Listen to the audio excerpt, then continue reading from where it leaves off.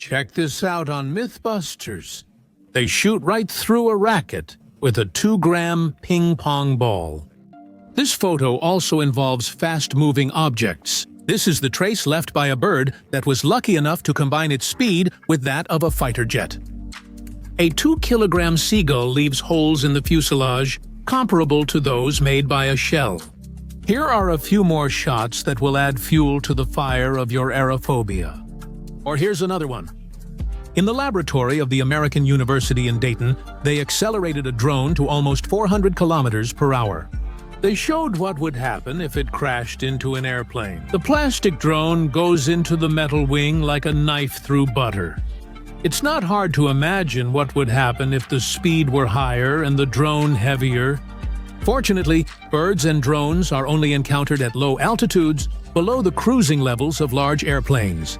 They simply don't fly around airports. Birds are deliberately scared away. They put up scarecrows, launch kites shaped like birds of prey, use real hunting birds of prey, or simply shoot at the birds. In busy airports, ultrasonic repellents work best. For the same reason, many global positioning system drone firmwares include zones where the drone cannot take off, most often located near airports.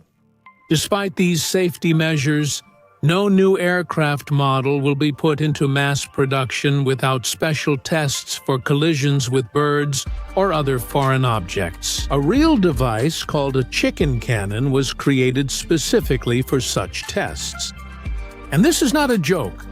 Despite increasingly advanced technologies, birds still pose quite a significant danger. Engineers with serious faces actually load the cannon with chicken carcasses weighing about 2 kilograms and shoot them at the airplane's fuselage, windshield, and engines at a speed of about 540 kilometers per hour. According to statistics, birds collide with airplanes more than 5,000 times a year. In the last quarter century, they have managed to disable 160 airplanes. The largest disaster caused by birds happened in 1960, when 62 people died.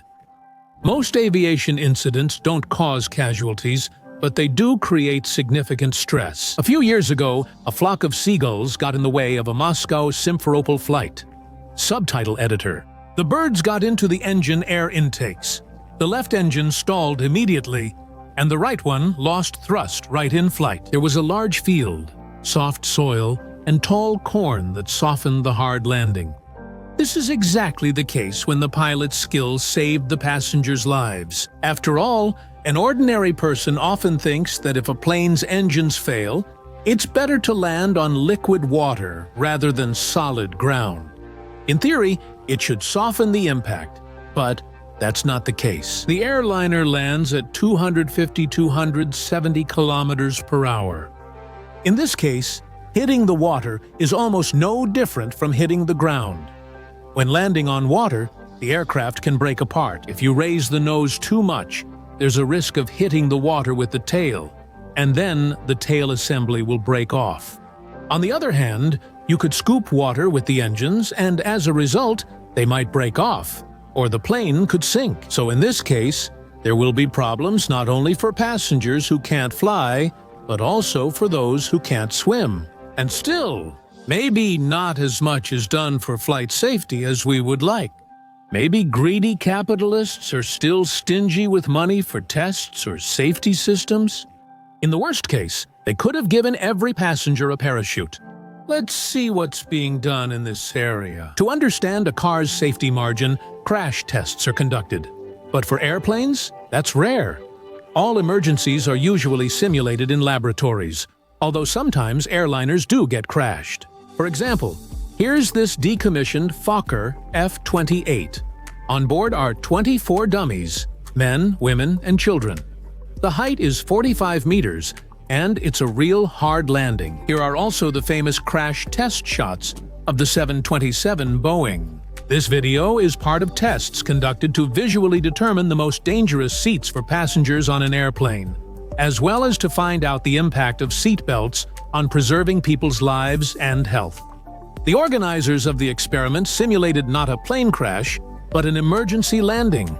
It turned out that the dummy with a fastened seatbelt, positioned in the emergency posture, was almost unharmed. The dummy sitting upright with a straight back suffered a head injury, and the unbelted dummy died. And in this footage, you can see the results of tests aimed at determining the maximum roll angle for passenger airliners. Look, the 254-ton airplane took off at an angle close to 90 degrees, almost like a fighter jet. Many people know airplanes shake during flight. Because of turbulence, tests of this kind are mandatory when building airliners. If the wings of an aircraft remained rigid, they would fall apart during turbulence. That's why the wings of modern passenger planes are very flexible. Each wing can easily handle loads 1.5 times greater than any experienced during flight, and the wing deflection can reach up to 5 million to be continued. Moreover, the final test involves breaking off the wings. Yes, it's expensive, but it helps determine their strength limit and ensures that it far exceeds the predicted load level. In short, it's all to make sure that the wings definitely won't break off during flight.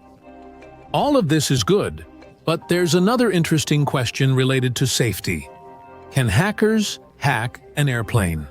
A few years ago, the United States Department of Homeland Security commissioned an experiment, asking a group of experts to hack the control system of a Boeing 757 that was set aside specifically for this purpose.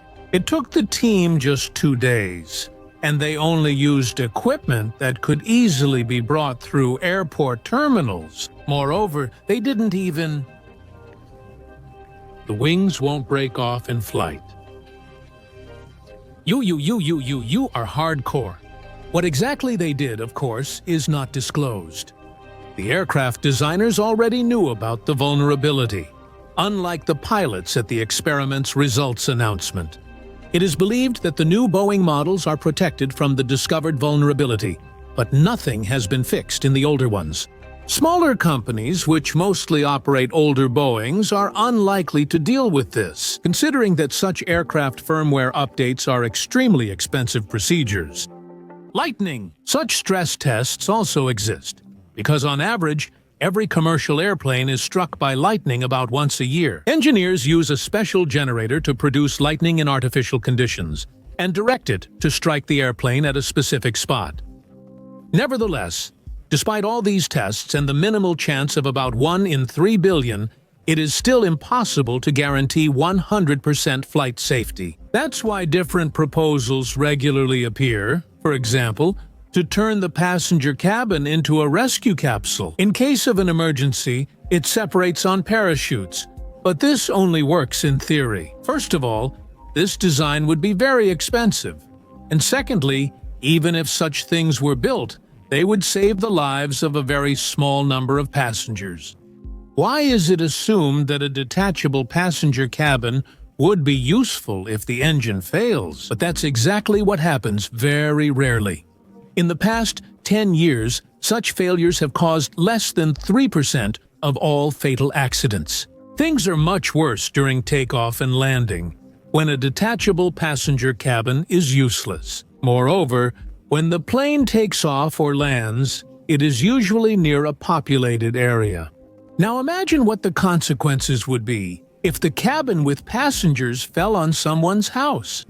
However, the idea itself is not bad and actually works with some limitations in small aviation.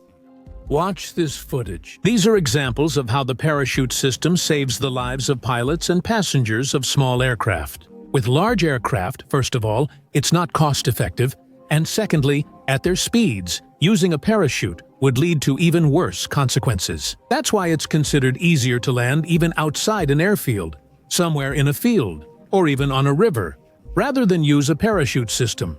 Naturally, the most common and logical question any passenger asks after seeing footage like this is, "Where is my personal parachute?" Remember that joke about the night flight, when all the passengers are sleeping between the seats and the captain sneaks by with a parachute on his back? When a passenger wakes and asks, "What's going on?" he answers, "Go back to sleep. Everything's fine. I just have some trouble at work." Jokes aside, but to put it briefly, you can't count on a personal parachute. And to explain in detail, Here's the thing. First of all, if an airliner were to carry parachutes for all passengers and crew, that would be tons of extra weight, which means less luggage for people and sky-high ticket prices. Another point is that a parachute can only be used at certain speeds. For example, a standard military parachute is rated for no more than 400 kilometers per hour, while most airliners fly at an average speed of 800 kilometers per hour. If you jump out at that speed and open the parachute right away, it will simply tear apart. Basically, you can jump out and free fall until your horizontal speed drops below 400 kilometers per hour. But only an experienced skydiver can do that. For a beginner, that's an extreme load. And besides, it's not that easy to know when your speed has dropped enough. A standard airliner's route is at an altitude of 10 to 12 kilometers, and if there's depressurization or the doors open at that height, everyone in the cabin without an oxygen mask will at the very least lose consciousness and possibly even die. You need oxygen tanks and special helmets. And you should look about the same as an Imperial stormtrooper in full gear, not comfortably sitting in a t-shirt waiting to arrive at your favorite Turkish hotel. And really, what is flight safety anyway? Literally, the term flight safety sounds as follows. Flight safety is the condition of an aviation system or organization in which the risks associated with aviation activities related to the operation of aircraft are reduced to an acceptable level and are controlled. In other words, a certain percentage of casualties is implied, but this percentage must be kept to an absolute minimum, and all risks associated with aviation activities must be controlled and ideally reduced to zero. 15 years ago, this meant that for every 1.2 million passengers transported, no more than one passenger was lost. If you set the bar lower, you can reduce the cost of flights. But safety is compromised. If you set it higher, you can achieve better passenger survival rates through incredibly complex measures. But the ticket price will be significantly higher. So, this is an optimization problem, where you need to achieve flight conditions that are safe enough, but at the same time, it doesn't cost $200,000 for a one-way ticket. In terms of safety, civil aviation is in first place among other means of transportation, and trains are considered second safest for passengers. At the same time, nobody is afraid of trains, but many people are afraid of flying on airplanes. As they say, we have two news items for you, one bad, one good. Let's start with the bad one. If something major goes wrong and the plane starts to fall, it will crash regardless. After all, these things are made to fly, not to fall and stay intact. No matter what the engineers do, it can't be avoided. That's why, usually, no one tries to keep the airplane's body intact during a crash. People today focus on making airplanes lighter, more aerodynamic, and more durable. Special attention is given to composite materials. They can reduce the weight by 20%. Moreover, humanity has already done something similar before. Back in the days of the Wright brothers, airplanes were made from sticks and cloth, meaning wood and fabric. Then, for more than 60 years, they were made from aluminum, until people figured out composite materials. They were first introduced in the design of military aircraft in the 1960s, but, as is usually the case, everything gradually transitioned from the military sector to civil aviation. For example, in the Boeing 777, which has been produced since 1993, composites made up 12%, but in the Boeing 787 Dreamliner, which has been flying since 2019, composites already make up about 50%. In the Airbus A350, introduced in 2015, composites already account for 53%. But it must be admitted that no matter how amazing composite materials are, they have their drawbacks. Yes, they are lightweight, but detecting damage in a fuselage made from such materials is much more difficult than if it were made from metal. And this can be critically important. On April 28, 1988, an Aloha Airlines plane took off from Hilo to Honolulu at an altitude of 7,300 meters. A section of the plane's roof suddenly tore off. There was an explosion, decompression. One of the flight attendants was simply blown out of the plane, and 8 more people were seriously injured. But the aircraft managed to land. What was the cause of the malfunction? Metal fatigue is believed to be the cause. One of the passengers later said that she noticed a crack in the fuselage when she was boarding, but she didn't tell anyone about it. Could the crack have caused the plane crash? Quite possibly. Nowadays, engineers have equipment that helps them assess when metal is fatigued and detect such cracks. But when it comes to composite materials, finding such damage is much more difficult, which means the risk of such incidents may increase. Let's end on a positive note. There's no need to be afraid of flying. There has never been a case in history where a plane that took off didn't return to Earth. Even in the show Columber, which your parents loved, during the steep dive storyline, they still landed. In the next episode, we look forward to your jokes, new or old, on the video's topic in the comments. It'll be interesting to read them. Thank you for watching, and see you in future episodes on our channel.